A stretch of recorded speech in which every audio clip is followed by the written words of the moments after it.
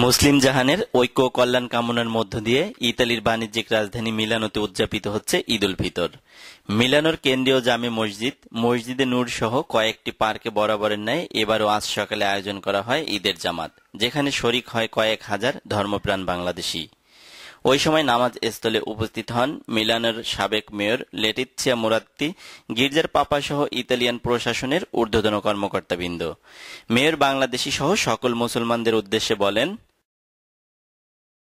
di comune dominio l'opinione anche all'interno delle comunità e dei rappresentanti delle comunità che è opportuno valorizzare tutti gli spazi e tutti i luoghi perché un luogo solo rischierebbe di mettere a repentaglio in qualche modo questo mosaico molto ampio e anche molto bello, insomma, di pluralità di spazi e di luoghi di culto. Quindi noi lavoreremo un po' su questi ambiti, poi diciamo di tema in tema affronteremo proprio anche il tema della valorizzazione di tutti gli spazi possibili. নামাজ শেষে একে অপরের সাথে শুভেচ্ছা বিনিময়ের মাধ্যমে ঈদের আনন্দ ভাগ করে নিয়েছেন মিলান প্রবাসী বাঙালিরা।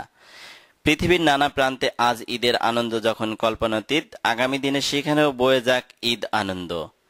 ইতালির মিলান থেকে ইমারত হোসেন ইমু, চ্যানেল আই।